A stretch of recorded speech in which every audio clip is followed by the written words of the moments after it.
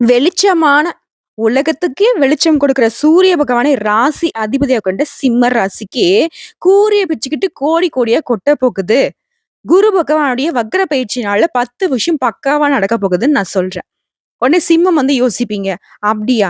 குரு பேச்சே எனக்கு பெருசா பண்ணிட்டாங்க. இதுல வேற குரு வக்ர பயிற்சி வேறயா? இந்த ஆளு முன்னாடி நகர்ந்து ஒரு பிரயோஜனமும் இல்ல. பின்னாடி நகர்ந்து வேற எனக்கு நல்லது பண்ண போறாரா? அப்படின்னு யோசிப்பீங்க. நீங்க சொன்னது கரெக்ட் தான்.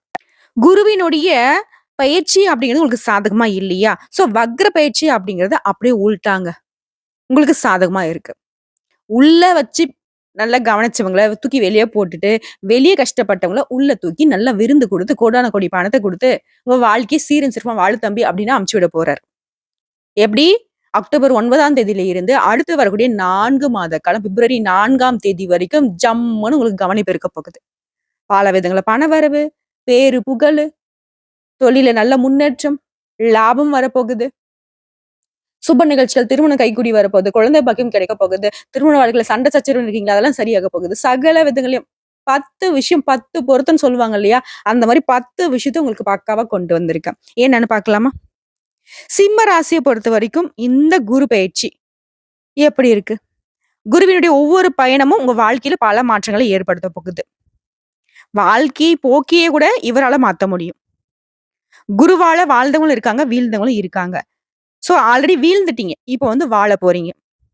குருவ பொறுத்தவரைக்கும் அவர் இருக்கக்கூடிய இடத்திற்கு ஒரு பலன் இருக்கு. அவர் பார்க்கக்கூடிய இடத்திற்கு ஒரு பலன் இருக்கு. அவரு நகரக்கூடிய இடத்திற்கு ஒரு பலன் இருக்கு. சோ அதை பொறுத்து. சிம்மத்த இந்த குரு பகவானுடைய வக்ர பயிற்சி, குரு பகவான் அப்படியே சும்மா அழகா தூக்க போறாரு. ஆடி போய் ஆவணி வந்தா என் பையன் டாப்ல வந்துருவான்னு சொல்லுவாங்க இல்லையா? அந்த மாரி இந்த குரு பகவானுடைய வக்ர பயிற்சிங்கிறது அக்டோபர் 9ஆம் தேதியிலிருந்து குரு பகவான் உங்கள டாப்ல தூக்குறாரு. அடிச்சு தூக்கு டாப் கியர்ல அப்படின்னுவாங்க இல்லையா? உங்கள ஜெட் வேகத்துல வாழ்க்கையில முன்னேற்றத்துக்கு கொண்டு போக போறாரு. இந்த முறை ரிஷப ராசியில ரோகிணி, கார்த்திகை நட்சத்திரங்கள்ல குரு பகவான் வக்ரகதி அடையிற அந்த வகையில குரு பகவான் பார்த்தா கோடி நன்மைன்னு நமக்கு தெரியும். அதே மாதிரி குரு பகவான் பார்த்தால் கோடி பாவங்களும் கழிந்து போகும். சோ எப்படி சிம்ம யோசிச்சீங்க இத்தன நாளா? ஒருவேள நான் பாவம் பண்ணணும். இல்ல போன ஜென்மத்துல பண்ணாலும் இப்ப ஏதாவது எனக்கு தெரிஞ்சு தெரியாத நான் பண்ணிட்டேனோ! என் முன்னோர்கள் பண்ணிட்டாங்களோ! என்னதான் நான் பாவம் பண்ணனோ தெரியல. இப்படிலாம் எனக்கு கஷ்டம் வருதுன்னு சொன்னீங்க இல்லையா? அந்த பாவப்பட்ட நிலைமைய மாத்தப் போறாரு. மொத விஷயம். வேலையில இருந்தா நல்ல சம்பளம் இல்ல. சம்பளம் இருந்தா அது 10 நாளைக்கு கூட நிக்கிறதில்ல. மீதம் இருக்கக்கூடிய நாட்கள்ல எங்கேயாவது கடன் வாங்கி தான் ஓட்டணும். அப்படின்ற நிலை மாறப்போகுது. நீங்க 10 பேருக்கு உதவி செய்யக்கூடிய அமைப்புல இந்த நிலை இருக்கு. பண வரவெல்லாம் தாறுமாறு தக்காளி சோறா உங்க கைக்கு வரப்போகுது. சர்வசாதாரணங்க. ரிஸ்க் இருக்கலாம் ரஸ்க் மாரி பார்க்க போறீங்க. தொழில் ரீதியா ரிஸ்க் எடுக்க போறீங்க. முதலீடுகள்லாம் பார்த்தீங்கன்னாக்கா, உங்க கையில பணம் அப்படியே என்ன சொல்றது? தண்ணி மாரி செலவு பண்றான்ப்பா பணம் அப்படிங்கிற மாரி உங்களுக்கு தண்ணி மாதிரி பணம் சேரப்போகுது. 2வது விஷயம். தொழில்ல வளர்ச்சி, சொத்து வளர்ச்சி. இது எல்லாமே குரு பகவானுடைய வக்ர பயிற்சி உங்களுக்கு கொடுக்குது. ஆரோக்கியத்திலும் சரி, குடும்பத்திலும் சரி. உங்களுக்கு இருந்து வந்த சிரமங்கள் எல்லாமே காணாம போக போகுது. 2வது விஷயம் சூப்பர். 3வதா ஒரு விஷயம். உங்களுடைய வேலையில நல்ல கவனத்தோட இருக்கணும். நல்ல நேரம் அப்படின்னா தான் நீங்க ரொம்பவே கவனமா இருக்கணும். இல்ல அப்படின்னாக்க, வேலை செய்யக்கூடிய இடங்கள்ல உங்க மதிப்பும், மரியாதையும் கெடுக்கிறதுக்கு ஒரு கூட்டம் காத்துக்கிட்டு இருக்கு.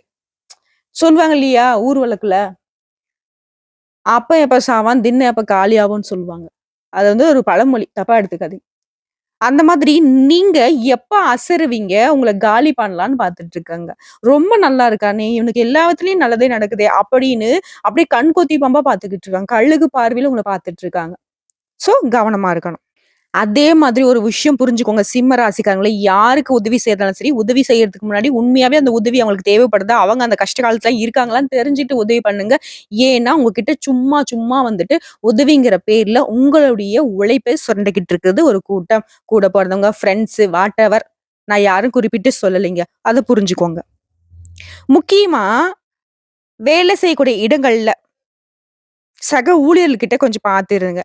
மேல் அதிகாரிங்க உங்க மேல பொறாமைப்படுவாங்க. என்னதான் நீங்க நல்ல விஷயம், நல்ல வேலை பார்த்தாலும் சரி, அத அவங்க ஏதாவது குத்தம் குறை கண்டுபிடிக்கிறதுக்கு காத்துக்கிட்டு இருக்காங்க. நிதானமா இருங்க. கோவத்த கண்ட்ரோல்ல வச்சுக்கோங்க. எப்ப நீங்க கோவப்படுவீங்க, அத வச்சு பாத்தீங்கன்னா, அவங்க அரசியல் பண்ணிடுவாங்க. நெனச்ச வேலை கிடைக்கும். வெளிநாட்டுக்கு போயிட்டு வேலை பார்க்கலாம். வெளிநாட்டுக்கு போய் படிக்கலாம். அந்த மாரி வெளிநாடு சம்மந்தப்பட்ட விஷயங்கள் எல்லாமே சாதகமா இருக்கு.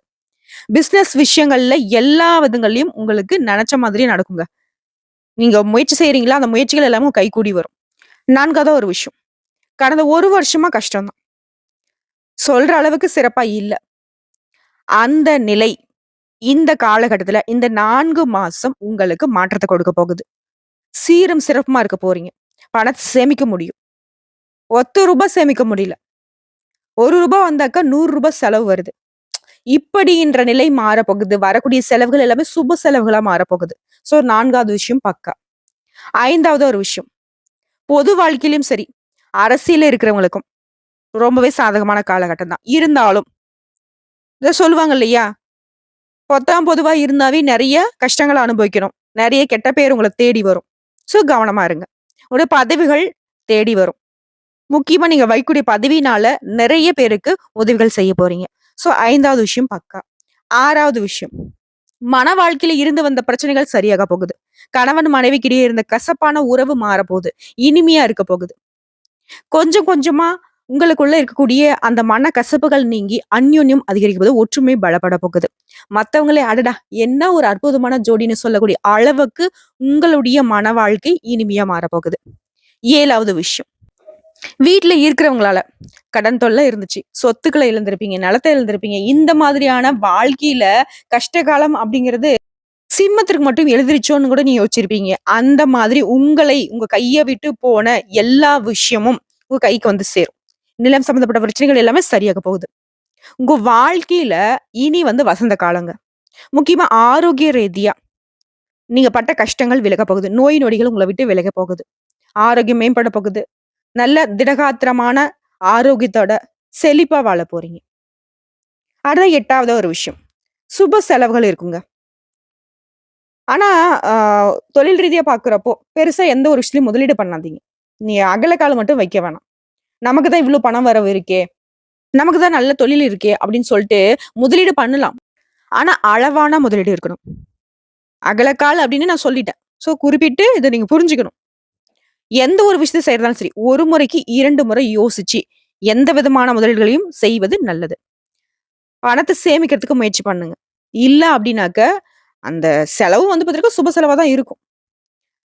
நான் முன்னாடியே சொன்னது தான். செலவா இருக்கட்டும், வரவா இருக்கட்டும், எந்த விஷயத்த நீங்க செய்றதாலும் சரி, கொஞ்சம் கவனம் மட்டும் இருக்கணும். என்னதான் குரு பகவான் கொட்டி குடுத்தாலும், அத வந்து நம்ம அள்ளி வைக்க வேண்டியது நம்மளுடைய பொறுப்பு.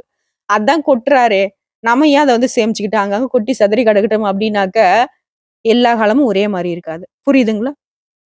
மழை பெய்யிற காலத்துல மழைய சேமிக்காம விட்டதுனால தான் வறட்சி காலம் வந்துட்டு, அப்ப நம்ம தத்தளிக்கிறோம். ஸோ வரக்கூடிய மழைய நம்ம சேமிச்சு வச்சிருந்தோம்னா, கஷ்ட காலம் அந்த வறட்சி காலத்துல நம்ம அத பயன்படுத்தி இருக்கலாம்.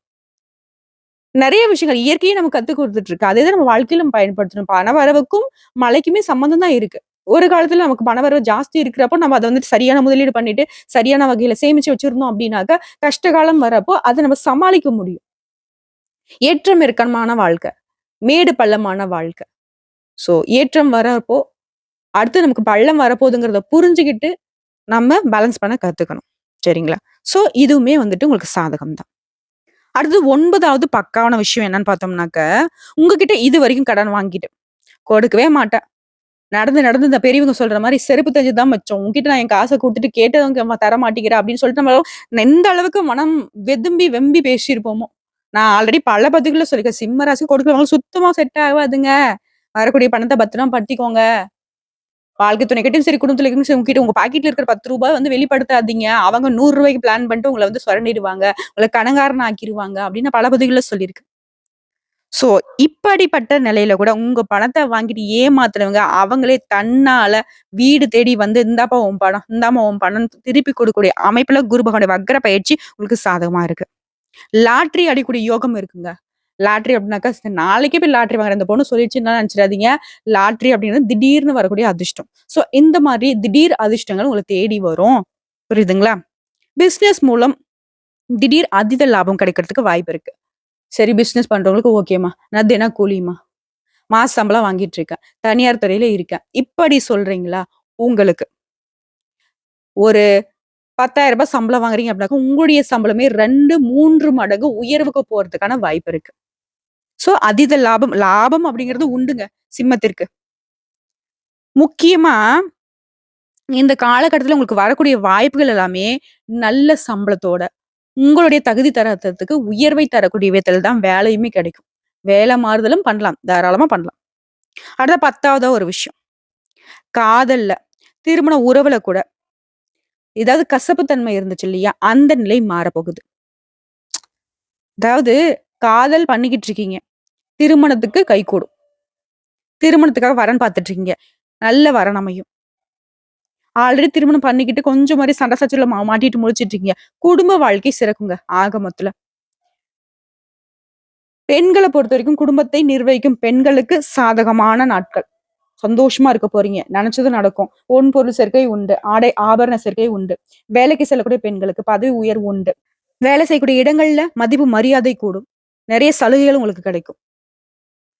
ஒரு என்ன சொல்றது? ஒரு சந்தோஷமான சூழ்நிலையில வேலை பார்க்க போறீங்க. சகல விதங்களிலும் சௌபாகியம் உங்கள தேடி வந்திருக்கு.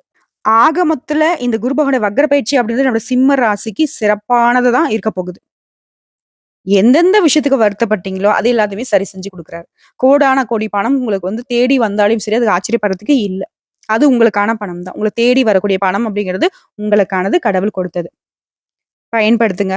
உங்கள தேடி வரக்கூடிய உறவா இருக்கட்டும், ஏதாவது ஒரு அதிர்ஷ்ட வாய்ப்பா இருக்கட்டும், தீர ஆலோசித்து, யோசித்து முடிவெடுங்க.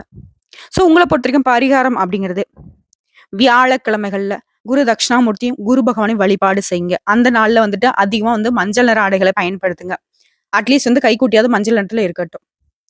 நவகிரகங்கள்ல வீற்றிருக்கக்கூடிய குரு பகவானுக்கு நல்லெண்ணெய் தீபம் ஏற்றி, அவருக்கு வந்து மஞ்சள் வஸ்திரம் சாற்றி வழிபாடு செய்ய வாழ்க்கை மங்களகரமா மாறுங்க. இந்த வீடியோ பதிவு பிடிச்சிருந்தா வீடியோக்கு லைக் பண்ணுங்க. நம்ம சேனலை சப்ஸ்கிரைப் பண்ணுங்க. மேலும் பிடிச்சவங்க ஃப்ரெண்ட்ஸ் அண்ட் ஃபேமிலிக்கு ஷேர் பண்ணுங்க. இன்னைக்கும் சரி, இனி வரக்கூடிய எல்லா நாட்களுமே சிம்ம ராசிங்கிறது சிம்மாசனத்துல அமரக்கூடிய காலம்ங்கிறத புரிஞ்சுக்கிட்டு வாழ்க்கையை வாழுங்க. வாழ்க வளமோடு, நலமோடு, வாழ்க வாழ்க பல்லாண்டு வாழ்த்துக்கள்.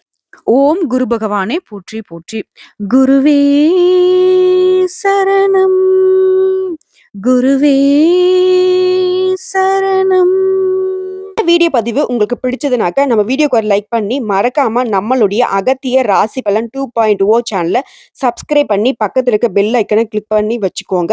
அப்பதான் நம்மளுடைய வீடியோ உடனடியாக உங்களை வந்து சேருங்க. இதை தாண்டி ஏதாவது ஆன்மீக தகவல் தேவைப்பட்டுச்சுனாக்க கமெண்ட் பாக்ஸ்ல பதிவிடுங்க. உங்களுடைய சந்தேகங்களையும் பதிவிடுங்க. உடனடியாக பதில் தெரிவிக்கப்படும். வாழ்க வளமுடன்.